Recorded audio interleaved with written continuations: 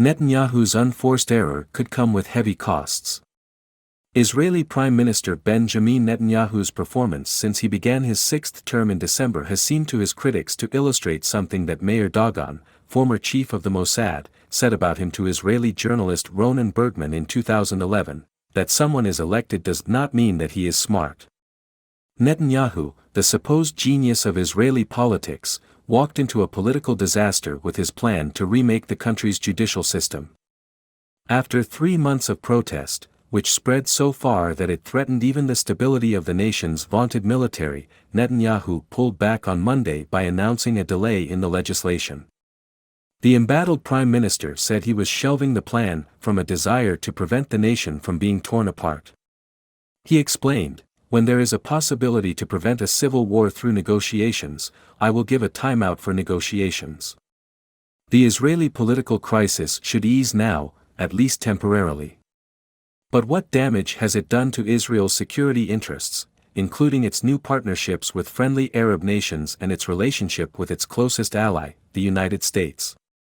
And how has the turbulence in Israel affected the country's ability to confront an Iran that is potentially just months from becoming a nuclear weapons state? Iran and its proxies are no doubt rubbing their hands with glee over Netanyahu's political troubles," says Martin Indyk, a former U.S. ambassador to Israel who just returned from a trip there. But if anything, Indyk argues, there's an increased risk of an Israeli military strike if Tehran moves nearer to the nuclear threshold, because Netanyahu will want to demonstrate that Israel's deterrent capability hasn't been weakened by internal discord. Iran, emboldened by its backers in China and Russia, could easily miscalculate.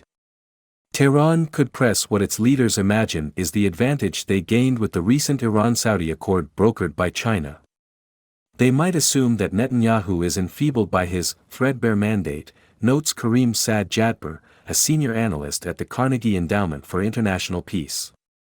Michael Morell, a former acting director of the Central Intelligence Agency, wonders whether internal political dissent might check Netanyahu's ability to get a consensus within his security cabinet to take military action against Iran.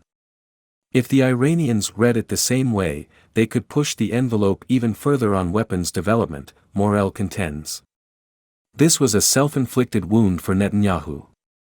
When he took office in December, he said he wanted to focus on confronting Iran, expanding the Abraham Accords with moderate Arab states, improving relations with the Biden administration and tackling the country's economic problems, recalls Dan Shapiro, a former U.S. ambassador to Israel.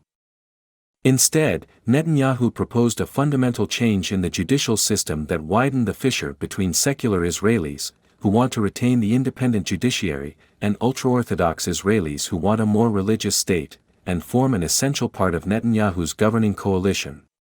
That constituency will balk at the sort of compromise that Netanyahu apparently envisions, which could rupture his coalition and deepen the political instability.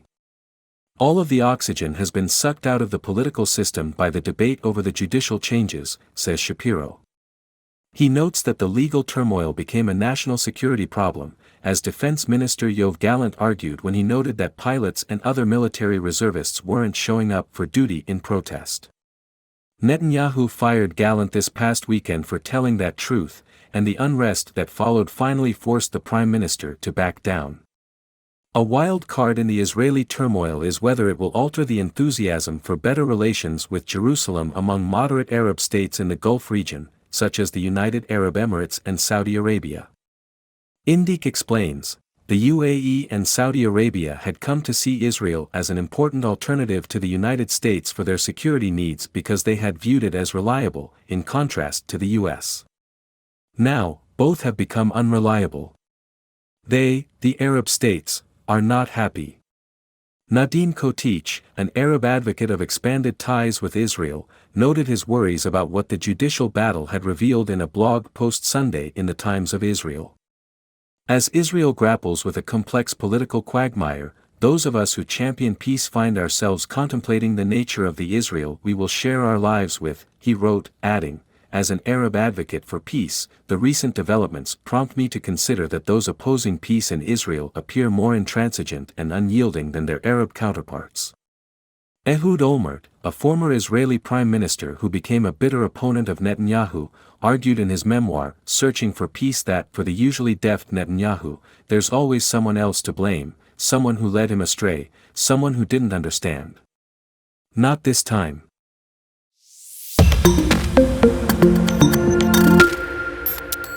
Netanyahu's unforced error could come with heavy costs.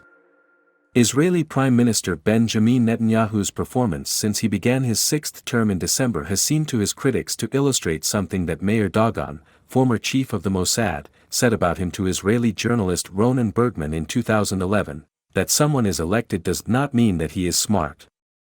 Netanyahu, the supposed genius of Israeli politics, walked into a political